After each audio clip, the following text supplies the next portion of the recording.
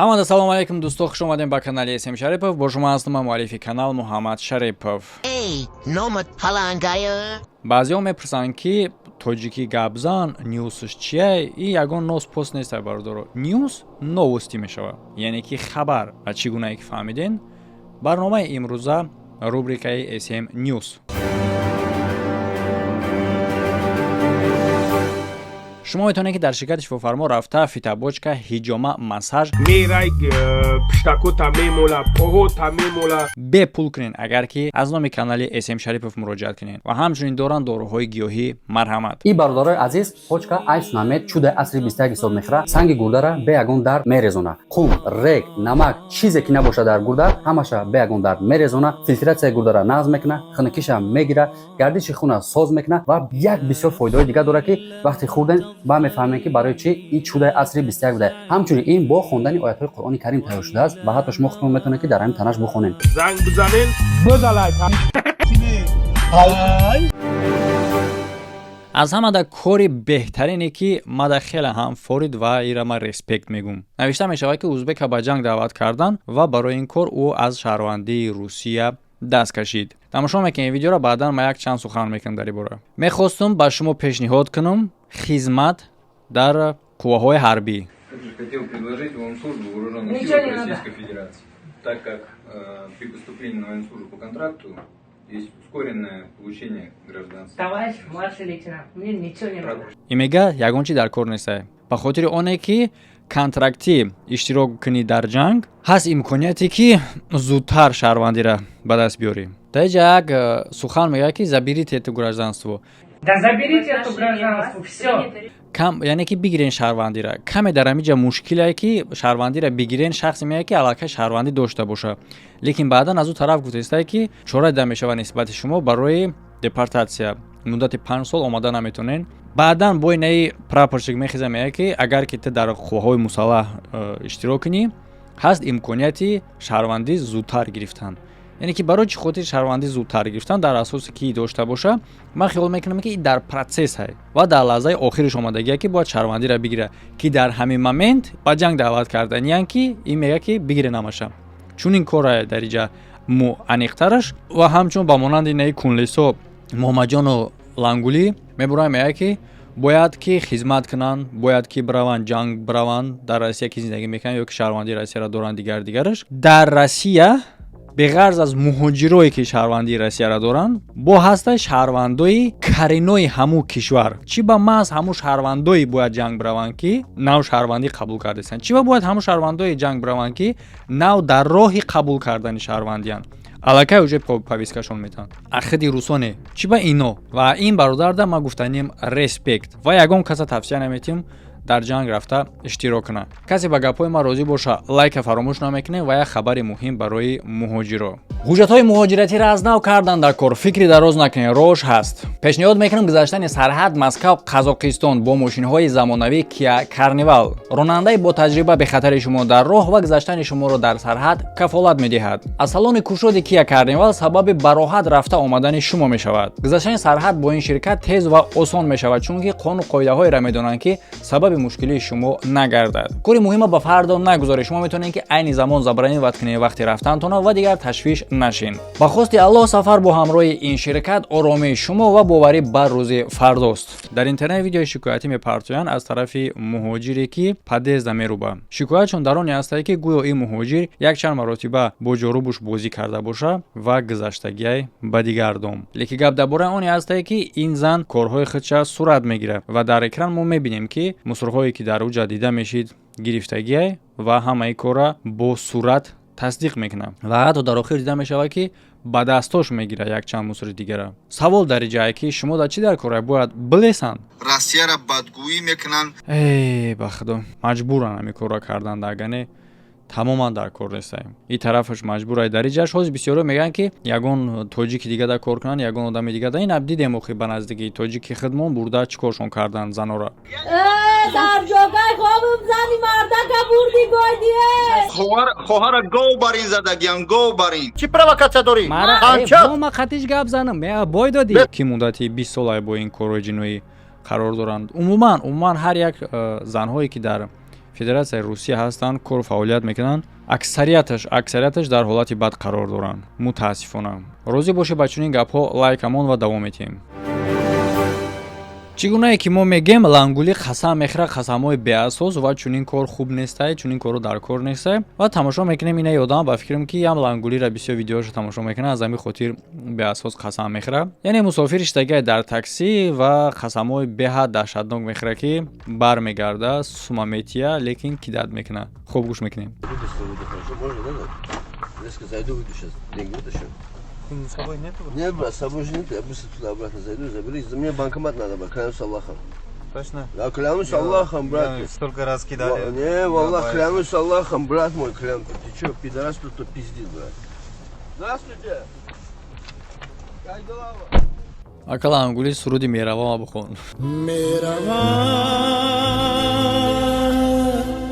Накнем бардора ҳами хе кора накнем. Ин маълум нест ки раш кияй аз куҷоа ёдам, лекин ҳами хе кор карда. Дар хабари дигар навишта мешавад ки наи Абубандит ҳамчун маълум нест шаҳрвандиш аз куҷоай лангули сразу нагӯй тоҷикай. Навишта мешавад ки нимлуч ба мағоза ворид шуда фурӯшандара латакӯб мекунад ва баъдан нӯшокиву бананора гирифта мепартояд ба ҳар як тараф.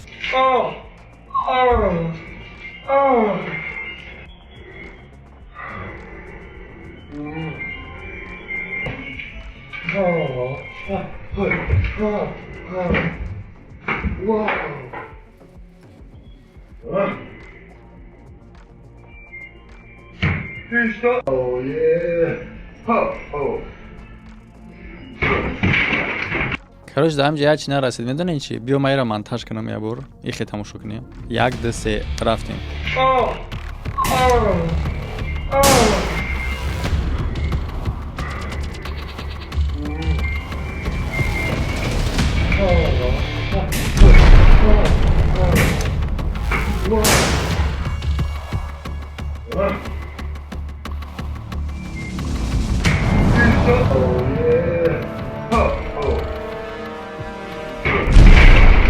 Чӣ шид?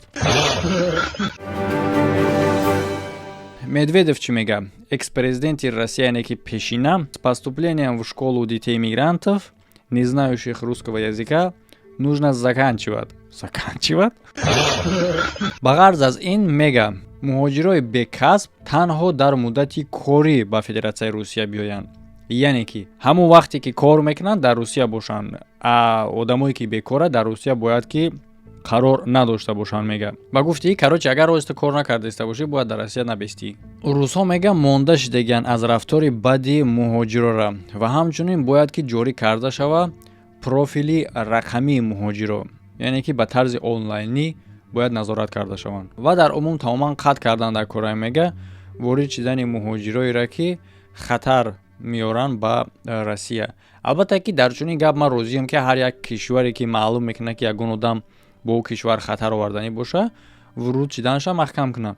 Лекин шумо гап дар ин ҷае ки чиро дар назар дорен ба мафҳуми хатар? Ана гап дар куҷое?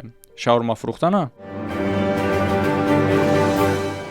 чӣ гунае ки мо шумо медонем, муроҷиат мекунанд ба як организатсияи русскии общинаву дигараш ки муҳоҷиро ба шаҳрвандои Русия ҳуҷум мекунанд, ба ягон духтаро ҳуҷум мекунанд, дигар гапашо. Ва ман ҳамеша мегӯям ки он тарафи кадр дида намешавад ки аввал чӣ гузаштагиай, баъдан ин кор рух додагиай. Хушбахтона мо дар ин ҷа ин корро мебинем. Тамошо кунем. Извините, скажите, пожалуйста, мне кое-что. А это правда, если перед вами сказать «бе», то вы возбуждаться начнете? Ты чё, бля, мразь?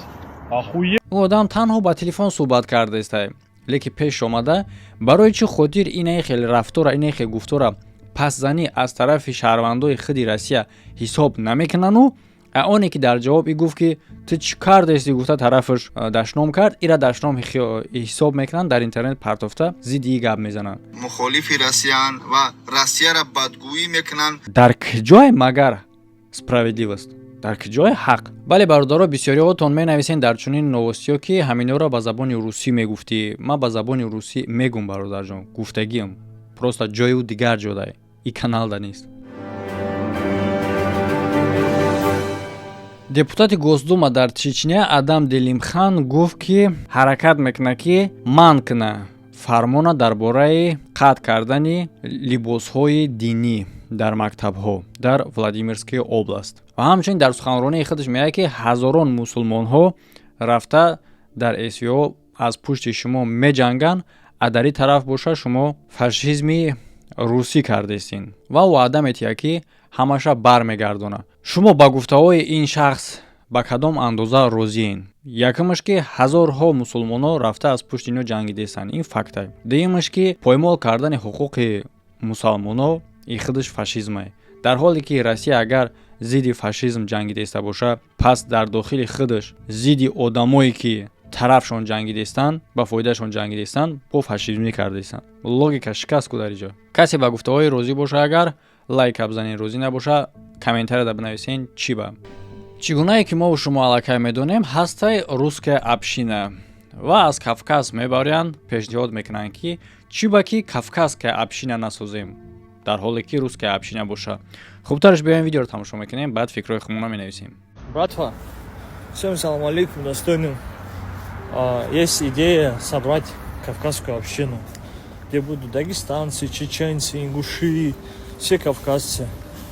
И будем вот так помогать людям, если что, вместе, закрывать вопросы, если какие-то конфликты, чисто мирным путем, маслять и разрешать. У русской общины есть кавказская община будет. Будем спортсменов ходить, у нас будут трибуны свои. Если есть желание, давайте сделаем. И желательно, чтобы повзрослее были мужчины. Как я 26-25, после 22, короче, вот такие. Все, пишите все в директ, мы вместе должны держаться. Салам алейкум. ва ман пешакӣ мегӯм ки чӣ гап мешавад. Дар ҳолати ин кор баргузор шидан, ҳамаша ягон экстремизму, ягон терроризму, ягон группировка гуфта ҳамаро маҳкам мекунанд, дастгирӣ мекунанд, бо зидчон мушкилӣ мекунанд. Дар инҷа савол мешавад ки ин несправедлива мешавад ку чӣ ба русская община ҳасту айёро намемонанд. Хай, мо медонем ку дар куҷо ҷа ҳаққӣ. Шахсое ки мехоҳанд ин корро баъдан манъ кунанд, дар умум русская общинара худша манъ кунед. Баъд мешавад справедлива. Як тараф шамонин, дигаша манъ кунед, не. Надо рассказывать не только о том, что случилось, что кто-то кого-то обидел на базаре, а значит все мигранты, они убийцы, негодяи и мародеры. Надо, как всегда, быть объективным. Вот я, например, был в Таджикистане впервые, кстати, в прошлом году вместе с делегацией Государственной Думы. Вот вам история. Поселок Шухроб в Таджикистане, бывший поселок Шахтерский, в котором все разработки прекратились, все, работы никакой нет, несколько тысяч человек живет. В очень сложных условиях, живут очень бедно. Парень, таджик по национальности, открыл в этом городе кафе, в котором русская библиотека, на русском языке книги стоят. И если ты берешь книгу, ее читаешь, вот посетитель, то он тебя кормит бесплатно. Он таджик. Вот мне как вот относиться после этого к разговору, что все таджики – это звери, мародеры, монстры и так далее. Вот как мне к этому относиться? Вот именно. Гап дар бораи ана ҳамие ки ҳар як миллатда ҳастай ҷинояткор, ҳастай одами хуб. Лекин мушкили мо дар оне ҳастай ки ҳама бадию ҳама чизое ки рух бития, ҳамаро дар сари муҳоҷир мезананд. Судьба Средней Азии очень тесно связана с тем, будем мы бороться за нее или нет. Каждый пятый киргиз работает в Российской Федерации. Почему? Потому что в этих странах высока безработица, и они сбрасывают избыточное трудоспособное население сюда для того, чтобы здесь они могли прокормиться и прокормить свои семьи. И вот сегодня мы сталкиваемся с разговорами о том, что мы должны немедленно закрыть перед инородцами, закрыть границы, ввести визовой режим и так далее, и так далее. И поднимается целая волна мигрантофобии. Те, кто выступают против таджиков, киргизов, узбеков, они на самом деле готовы хоть сегодня начать межнациональные разборки здесь, внутри страны, в момент проведения специальной военной операции.